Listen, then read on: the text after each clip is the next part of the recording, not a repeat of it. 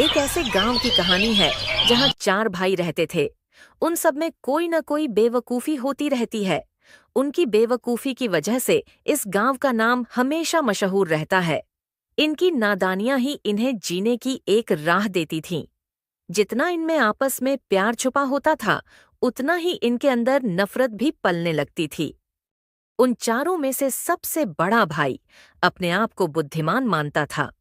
वही था जो 2 बेवकूफ और एक पढ़ाकू भाई को संभालता था। सबसे छोटा भाई पढ़ाई लिखाई में तेज था। उसी से सब पढ़ने का काम करवाते थे। बिरजू सबसे बड़ा था और श्याम अपने ही धुन में रहता था। मटरू थोड़ा पागल सा था। श्याम प्रेम पत्र लिखने में लगा रहता था और सबसे छोटा भाई मोनू, उसका तो कोई अता पता ही नहीं रहता था। न जाने किस दुनिया में खोया रहता था। एक दिन बड़ा भाई बिरजू अपने दोनों छोटे भाई श्याम और मटरू से बोला। अरे मटरू, तुमने आज मोनू को कहीं देखा है? सुबह से दिखाई नहीं दे रहा। नहीं भैया, मैंने आज सुबह से छोटू को नहीं देखा है। पता नहीं कहाँ है। अरे श्याम, तूने देखा है क्या? श्याम उस समय अपने प्रेम पत्र पढ़ने में लगा हुआ था, जो उसने अपनी प्रेमिका के लिए लिखा था। उसने बिरजू की बात पर जरा भी ध्यान नहीं दिया। तभी बिरजू ने पास पड़ी लकड़ी फेंककर उसके सिर पर हल्का सा मारा। श्याम को कुछ देर के लिए दिन में तारे दिखने लगे। अरे भैया, क्यों मारा? दिख नहीं रहा? मैं कितनी मेहनत से अपनी रसीली के लिए पत्र पढ़ रहा हूं। बस तू यही करता रह। एक ये है जो पागल है, तू प्रेम में पड़ा है, और तीसरे का तो कुछ पता ही नहीं चलता कि कहाँ है। होगा कहीं अपनी किताबों के साथ। उसका क्या है, जब देखो तब पढ़ाई में लगा रहता है। श्याम फिर से प्रेम पत्र पढ़ने में लग गया। ये मेरी रसीली, मेरी प्रेम पूजा रन, तेरी मुस्कान से हर सुबह रोशन होती है। तेरे नाम से हर शाम सजीव हो उठती है। तेरे बिना मेरी धड़कनों का क्या मोल है। तू ही मेरी रूह, तू ही मेरा अनमोल है। तेरे लबों की मिठास मेरी रगों में उतर जाती है। तेरी आंखों की चमक में मेरी दुनिया समा जाती है। तू पास हो या दूर, मेरे दिल की हर धड़कन में बस तू ही तू है। अरे भगवान, इन तीनों का मैं क्या करूं? कहीं मिलकर मुझे ही पागल घोषित न कर दें। तभी एक साधु बाबा आ पहुंचे। उनके हाथ में एक कागज सा कुछ था। भिक्षाम दे बेटा, तेरी हर मुराद पूरी हो। बाबा, किस मुराद की बात कर रहे हो? हमारे पास है ही क्या जो हम मांगेंगे? बेटा, तेरी हर मुसीबत का हल है मेरे पास। तुम्हारे लिए ऐसी चीज है जो तुम्हारी जिंदगी बदल सकती है। ये सुनते ही तीनों भाई चौंक गए। उनके मन में ख्याल आया, आखिर ऐसा क्या है बाबा के पास? जल्दी बताइए बाबा, ऐसा क्या है जिससे हम अपनी गरीबी से छुटकारा पा सकते हैं? बाबा ने हाथ में पकड़ा हुआ कागज बिरजू को दे दिया। बेटा, ये कागज का टुकड़ा नहीं है, ये तुम्हारे पूर्वजों के खजाने का नक्शा है। अगर इसे पूरा कर लिया तो खजाना तुम्हें मिल जाएगा। बाबा, हमारे पूर्वजों ने कभी भी कुछ नहीं रखा है। यहां तक तो वो सब भीख मांग के गुजर बसर करते थे। कभी कभी तो वे सब भूखे ही सो जाया करते थे। तब उनके पास कहां से आ गया? उनको एक राजा ने दिए थे, जान बचने के इनाम में, और भी कई लोगों को। लेकिन बाबा, हमें तो कुछ समझ में नहीं आता। ये नक्शा कैसे देखे? जो इस गांव में सबसे बुद्धिमान है वही इसका रहस्य समझ पाएगा। उसमें दुनिया का सबसे बड़ा खजाना छुपा है। ऐसा तो सिर्फ मोनू ही कर सकता है। वो दिन रात पढ़ाई करता रहता है। उससे ज्यादा पढ़ा लिखा इस गांव में कोई नहीं। सही कहा तुमने मटरू, हमें तुरंत उसके पास जाना चाहिए। तीनों मोनू को ढूंढने के लिए गांव की ओर निकल पड़े। बिरजू मंदिर के पास गया, मटरू चौपाल की ओर, और श्याम तो चाय की दुकान पर जाकर अपनी प्रेम पत्रिका पढ़ने बैठ गया। बिरजू और मटरू दोनों अलग अलग कहीं जगह लोगों से पूछ रहे थे, आपने मोनू को देखा है क्या? किसी के पास से मोनू का जवाब नहीं मिला। थक हार कर कुछ देर बाद बिरजू और मटरू थक कर उसी चाय की दुकान पहुंचे जहां श्याम पहले से ही बैठा था। ये देखकर बिरजू और मटरू को गुस्सा आ गया। बिरजू दौड़कर श्याम के पास गया और उसे जोर से तमाचा जड़ दिया। तुझे कहा था ना, मोनू को ढूंढ और तू यहां प्रेम पत्र पढ़ रहा है। हाँ भैया, और मारो इसे। हम मोनू को ढूंढ ढूंढ कर परेशान हो गए और ये रसीली के चक्कर में लगा है। तभी पास खड़ा एक बूढ़ा व्यक्ति बोला, अरे बिरजू बेटा, मोनू को तो मैंने घर जाते हुए देखा है। अच्छा किया काका आपने बता दिया, नहीं तो हम इस पे भरोसा करते और सारी रात ढूंढते रहते। चलो दोनों घर चलते हैं। घर पहुंचकर देखा कि मोनू आंगन में खड़ा कुछ सोच रहा था। तीनों तुरंत उसके पास पहुंचे। अरे तुम हो कहाँ? हम पूरे गांव में तुम्हें ढूंढ रहे थे और तुम यहाँ खड़े हो आराम से। ऐसा क्या हो गया जो आप तीनों मुझे ढूंढ रहे हैं? हमें बाबा ने ये कागज दिया है। उन्होंने कहा इसे किताब के पन्नों में जोड़ दो तो पूर्वजों का खजाना मिलेगा। भैया, हमारे दादा परदादा तो बिल्कुल गरीब थे, उनके पास खजाना कहाँ से आ गया? बाबा ने तुम्हें बेवकूफ बनाया है। नहीं मोनू, पिताजी ने बताया था कि हमारे पूर्वजों को एक राजा ने उनकी जान बचाने के बदले कुछ खजाना दिया था। बाद में डाकुओं ने गांव पर हमला किया और बहुत कुछ लूट लिया। बचे हुए खजाने को हमारे पूर्वजों ने छुपा दिया था, लेकिन मरते वक्त उन्होंने किसी को जगह नहीं बताई। ठीक है भैया, मुझे वो कागज दो। मटरू ने कागज मोनू को थमाया। मोनू ने उसे देखा और तुरंत अपने कमरे में चला गया। कुछ देर बाद लौटकर बोला, हाँ भैया, ये सच है। ये पन्ना एक पुरानी किताब का हिस्सा है। अब मुझे पता चल गया है कि वो खजाना कहाँ छुपा है। भैया, खजाना गांव के किनारे वाली पहाड़ी के नीचे छुपा है। वहां एक गुफा है, लेकिन वहां का रास्ता कोई आसान नहीं है। सुना है कई लोग उस गुफा तक गए मगर कभी लौटकर नहीं आए। चाहे कुछ भी हो जाए, इस बार हम चारों भाई मिलकर खजाना निकालेंगे। भैया, जो आप सोच रहे हैं उसे पाना इतना आसान भी नहीं है। जंगली जानवर और सांपों से घेरा हुआ है वो गुफा। वहां का रास्ता मौत के बराबर है। हम वहां कैसे भी जाएंगे, भले मौत का सामना क्यों ना करना पड़े। जब खजाना मिल जाएगा तो मैं अपनी रसीली को सोने की चूड़ियां दूंगा। मैं अपने लिए सबसे बड़ा मकान बनवाऊंगा जिसकी छत पर तिरंगा फहराएगा। लेकिन याद रखना, ये खजाना सिर्फ सोना चांदी नहीं है, इसके साथ श्राप भी जुड़ा हो सकता है।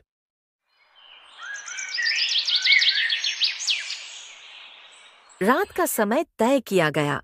चारों भाई लालटेन, रस्सी और थोड़ा बहुत खाना लेकर पहाड़ी की ओर चल पड़े। आसमान में बादल छाए हुए थे और हवा में अजीब सी गंध फैली हुई थी, और साथ में बिजली की चमक के साथ उन सबको एक अजीब चीज महसूस हो रही थी, जैसे उनके साथ में कोई चल रहा हो। जैसे ही वे गुफा के पास पहुंचे, जमीन हिलने लगी और अंदर से गूंजती हुई आवाज आई, लौट जाओ, ये खजाना तुम्हारे लिए नहीं है। भैया, ये कैसी आवाज थी? चुप रह, शायद ये हमारी परीक्षा है। गुफा के भीतर चारों ने कदम रखा। अंदर अंधेरा इतना गहरा था कि लालटेन की रोशनी भी कमजोर लग रही थी। दीवारों पर अजीब सी आकृतियां बनी थीं, कुछ राक्षस जैसी, कुछ इंसानों जैसी। अचानक मटरू की नजर जमीन पर पड़ी। वहां खून से लिखा था, जिसे लालच लाएगा वही यहां दफन हो जाएगा। भैया, ये जगह सही नहीं है। हाँ, लेकिन अब लौटना भी आसान नहीं है। गुफा के बीचों बीच एक बड़ा सा लोहे का दरवाजा था। मोनू ने नक्शा ध्यान से देखा और बोला, हमें इस दरवाजे पर अपना अपना खून लगाना होगा, तभी ये खुलेगा। खून? हाँ, यही करना पड़ेगा। चारों भाइयों ने अपने हाथ में थोड़ा सा कट लगाया और दरवाजे पर खून लगाया। जैसे ही खून छूटा, दरवाजा चर्र चर्र की आवाज के साथ खुलने लगा। अंदर लाल रोशनी चमकी और सोने चांदी के ढेर दिखाई दिए। चारों की आंखें चमक उठीं। देखो, खजाना!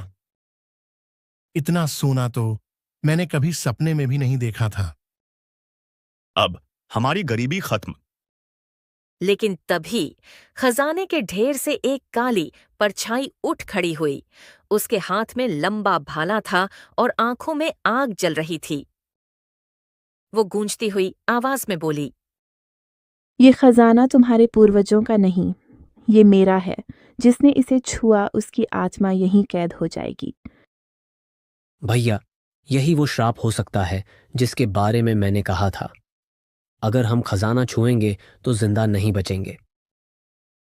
लेकिन इतने सालों से हमने तकलीफें झेली हैं। ये खजाने पर हमारा हक है। बिरजू जैसे ही सोने का एक सिक्का उठाने लगा, परछाई ने गरजते हुए भाला फेंका। भाला बिरजू के पैरों के पास धंसा और जमीन फट गई। चारों भाई चीखते हुए पीछे हटे। भैया, जल्दी यहां से भागो, खजाना छोड़कर हमें अपनी जान बचानी होगी। सब भागकर गुफा से बाहर निकलने लगे, लेकिन गुफा का रास्ता खुद ब खुद बंद होने लगा। पीछे पीछे वो काली परछाई उनका पीछा कर रही थी। अचानक मोनू को नक्शे में बने चिन्ह याद आए, बरगद का पेड़ और पानी की लहरें। भैया, यहां से एक गुप्त रास्ता कुएं तक जाता है। हमें वहीं ढूंढना होगा। जैसे ही परछाई उन तक पहुंचने वाली थी, मटरू का पैर एक डीले पत्थर से टकराया और दीवार हिल गई। वहां से ठंडी हवा का झोंका आया। यही है गुप्त रास्ता। चारों ने उस गुप्त रास्ते से वे सब बाहर की ओर निकल गए। जब वे सब बाहर आए, ऊपर देखा तो वही बरगद का पेड़ और टूटा हुआ कुआं था। भैया, हम बच गए। लेकिन खजाना खाली हाथ रह गया। जेब से सिक्के निकालते हुए। इतना काफी है ये साबित करने के लिए कि वो खजाना सचमुच था। और इतना भी कि लालच इंसान को मौत के मुंह तक ले जा सकता है।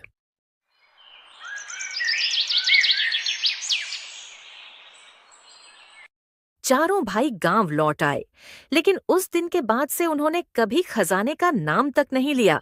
गांव वाले आज भी कहते हैं, उस पहाड़ी की गुफा में सोना चांदी नहीं, बल्कि आत्माओं का श्राप छुपा है। बरगद वाले कुएं से लौटने के बाद चारों भाइयों ने कसम खा ली कि अब कभी खजाने के बारे में बात नहीं करेंगे, मगर किस्मत को कुछ और ही मंजूर था। कई साल गुजर गए।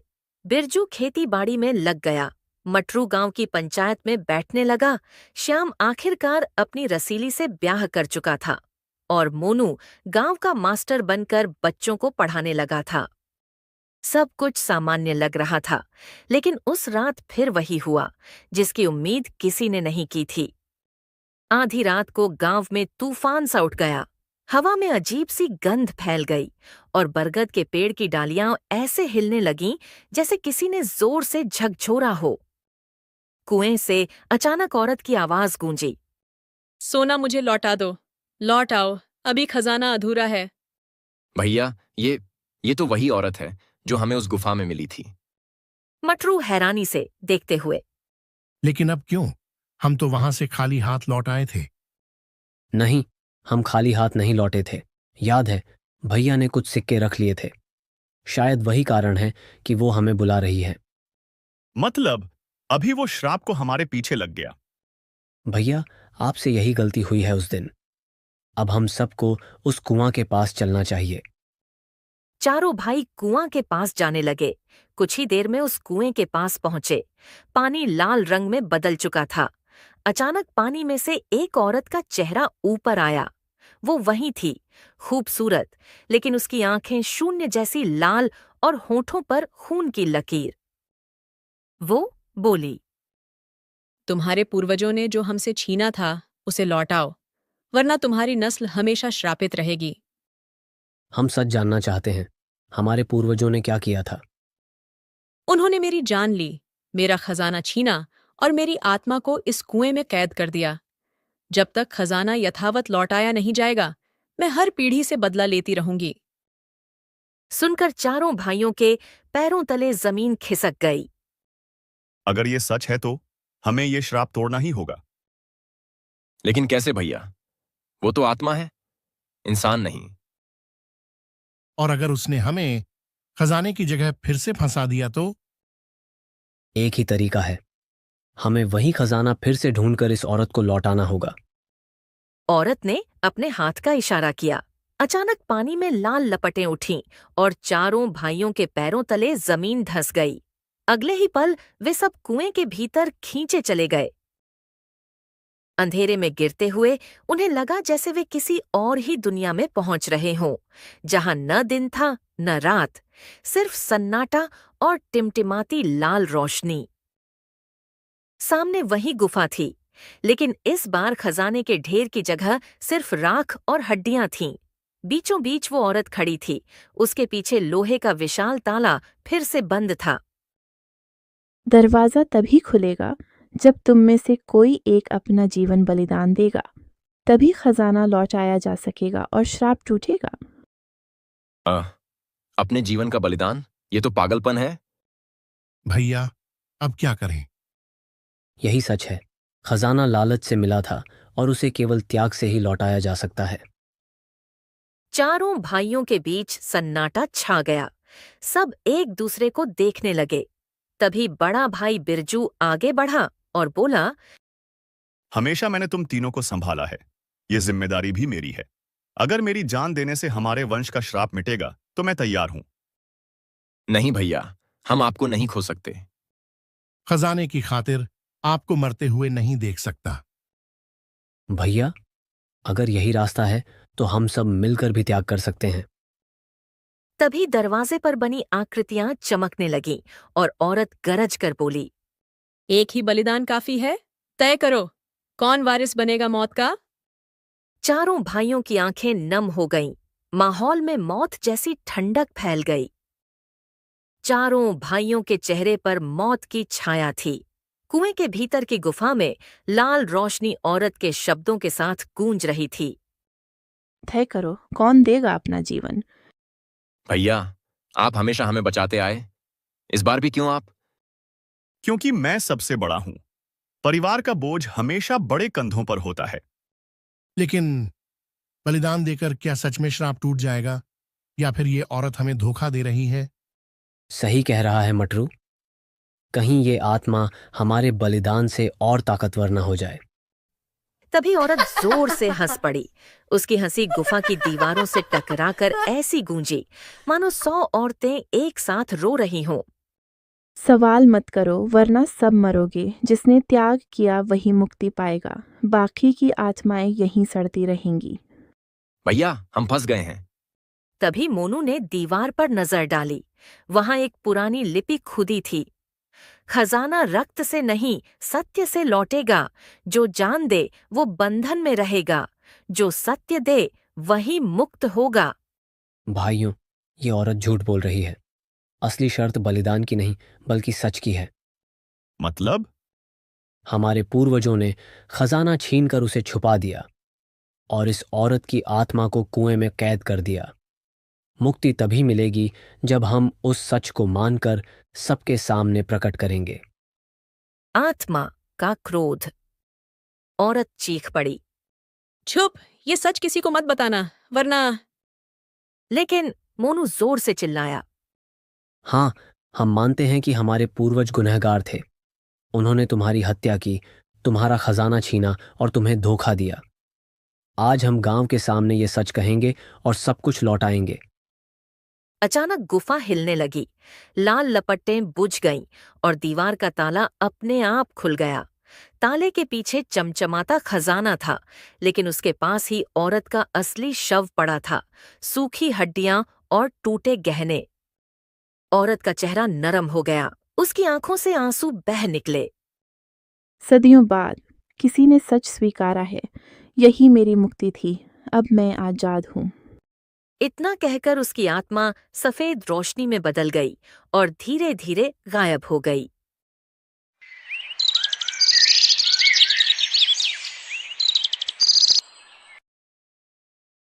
अगले दिन चारों भाइयों ने पूरा किस्सा गांव वालों को सुनाया। उन्होंने खजाना कुएं के पास ही दफना दिया ताकि कोई लालच में न फंसे।